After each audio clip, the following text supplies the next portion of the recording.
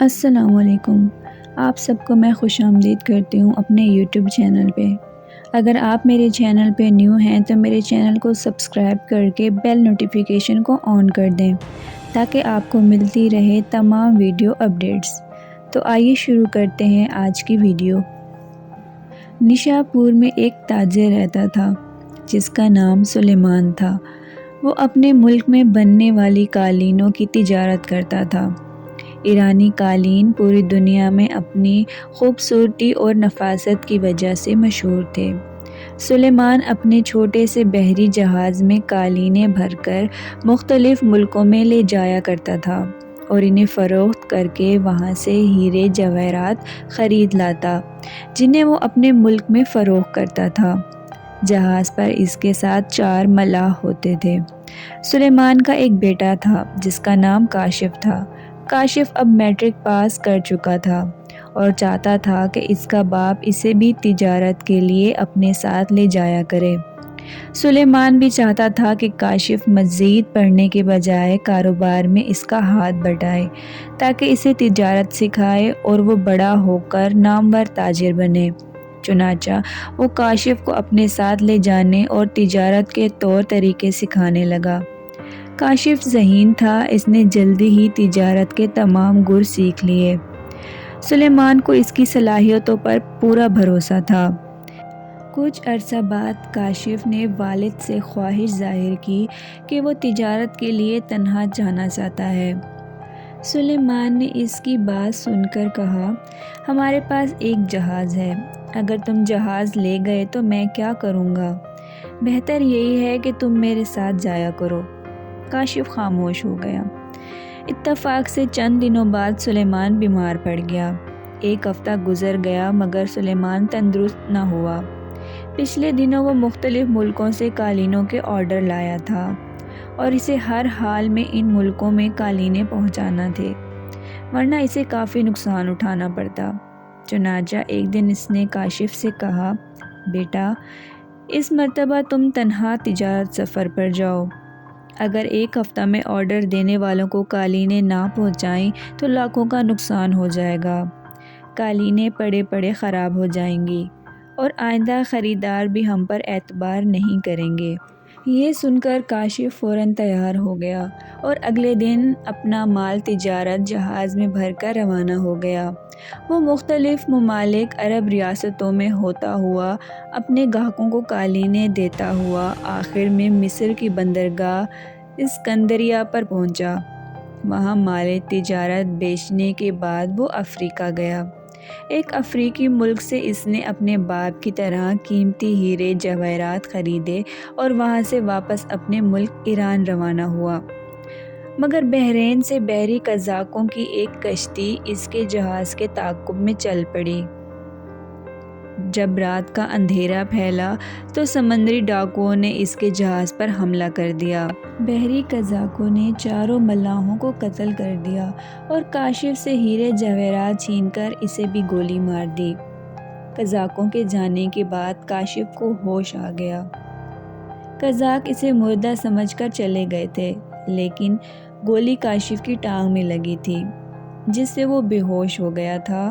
ہوش میں آنے کے بعد وہ گھسیٹتا ہوا دواؤں کے باکس کے پاس پہنچا جس میں مرہم پٹی کا سامان تھا۔ گولی نے ٹانگ کے گوشت کو نقصان پہنچایا تھا اور ہڈی محفوظ تھی۔ کاشف نے اسے مرہم پٹی کی۔ اس دوران بے ملا جہاز کا رخ بدل گیا تھا۔ کاشف جہاز کو تنہا نہیں چلا سکتا تھا، چنانچہ اس نے جہاز کے انجن کو بند کر کے اسے خدا کے سہارے چھوڑ دیا اور جہاز لہروں کے دوش پر نامعلوم سمت کی طرف تیرتا رہا۔ کاشف کے زخم سے کافی خون بہہ گیا تھا۔ اس پہ نکاہت اور کمزوری کا غلبہ تھا۔ آخر اس کی آنکھ لگ گئی۔ دوسرے روز دوپہر کے وقت اس کی آنکھ کھلی تو سورج سر پر چمک رہا تھا۔ اس نے اٹھ کر دیکھا تو حیران رہ گیا۔ جہاز کا اگلا حصہ کسی ساحل کی ریت پر دھسا ہوا تھا جس کے سبب جہاز رکا ہوا تھا۔ کاشف سوچنے لگا کہ وہ کون سی جگہ ہے۔ ریتلے ساحل کی دوسری جانب جنگل دکھائی دے رہا تھا۔ جو دور تک پھیلا ہوا تھا۔ کاشف نے اندازہ لگایا کہ وہ کسی جزیرے کا ساحل ہے۔ خدا جانے وہ جزیرہ بحر ہند کے کس ملک کے قریب واقع تھا۔ اسے اپنے ملاحوں کے مر جانے کا غم بھی تھا اور مال کے لٹ جانے کا بھی۔ سب سے بڑی پریشانی یہ تھی کہ وہ اب کیسے اپنے ملک تک پہنچ سکے گا۔ جہاز چلانے کا اسے کچھ تجربہ نہ تھا۔ جہاز میں کھانے کا جو ذخیرہ تھا وہ بھی بحری قزاق لوٹ کر لے گئے تھے۔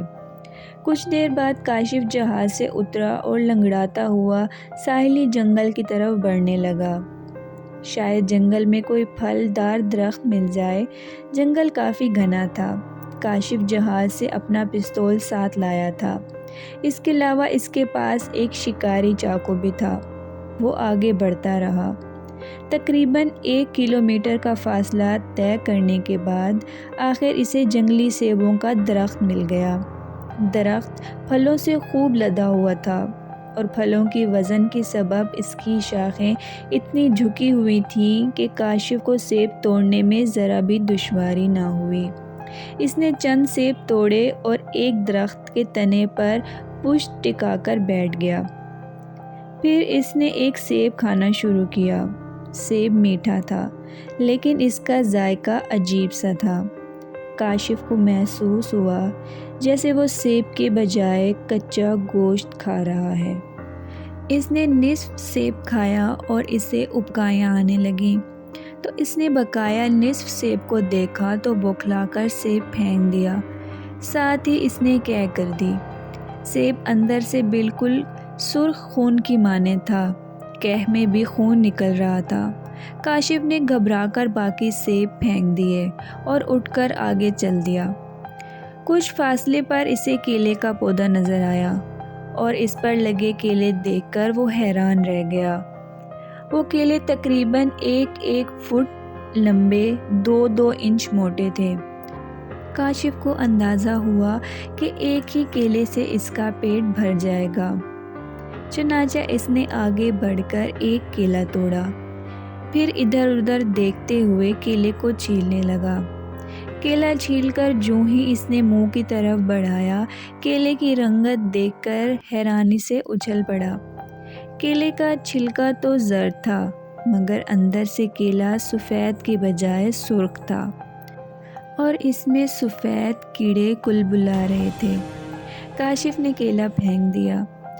پھر اس نے کیلے کی پودے کی طرف دیکھا تو خوف زدہ ہو گیا۔ جہاں اس نے کیلا توڑا تھا وہاں سے خون کے قطرے ٹپک رہے تھے جو زمین پر گرتے ہی مٹی میں جذب ہوتے جاتے تھے۔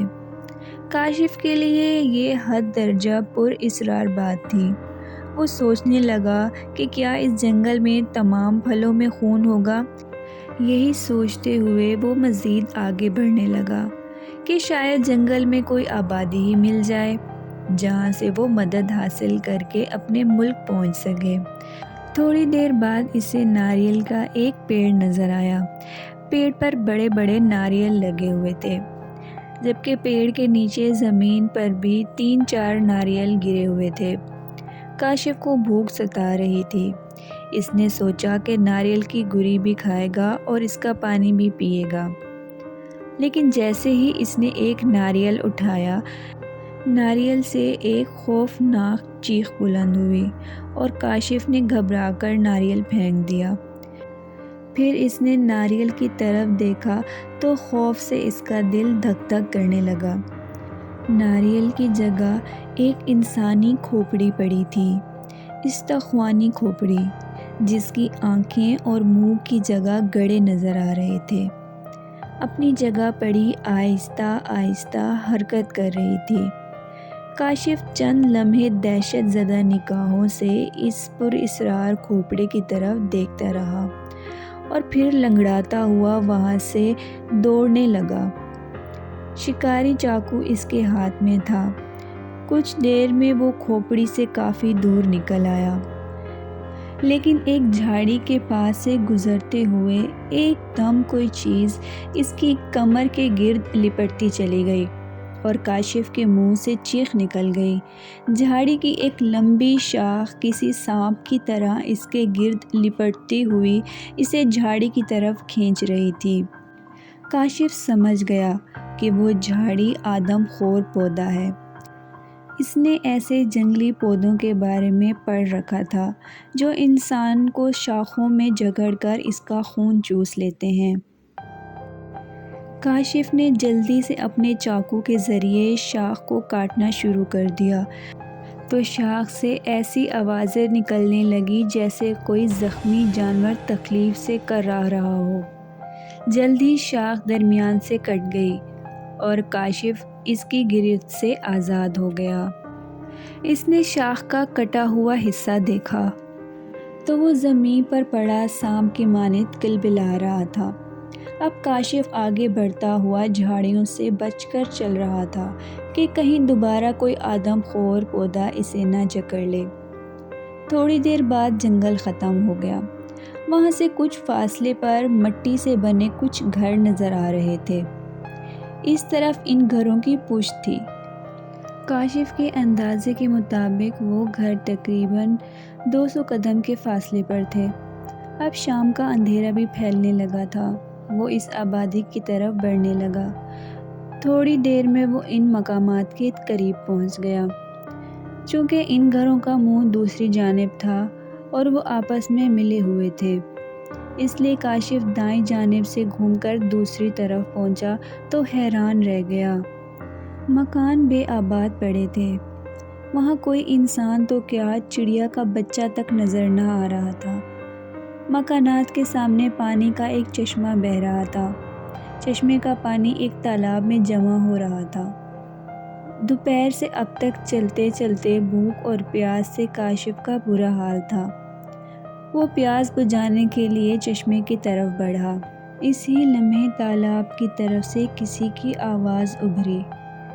کاشف نے جلدی سے تالاب کی طرف دیکھا تو اس میں ایک بہت بڑا مگرمچھ بیٹھا اسے گھور رہا تھا۔ کاشف خوف زدہ ہو گیا، مگر مگرمچھ تالاب سے تیرتا ہوا باہر آیا اور اپنے خونی جبڑے پھاڑ کر کاشف کی طرف بڑھا تو کاشف پلٹ کر مکانوں کی طرف بھاگنے لگا، مگر مگرمچھ بھی اس کے پیچھے دوڑ پڑا۔ کاشف زخمی ٹانگ کے سبب تیز نہ دوڑ سکتا تھا، مگر پھر بھی وہ ایک کمرے کے قریب پہنچ ہی گیا، مگر مگرمچھ ابھی بھی اس سے چند قدم پیچھے تھا۔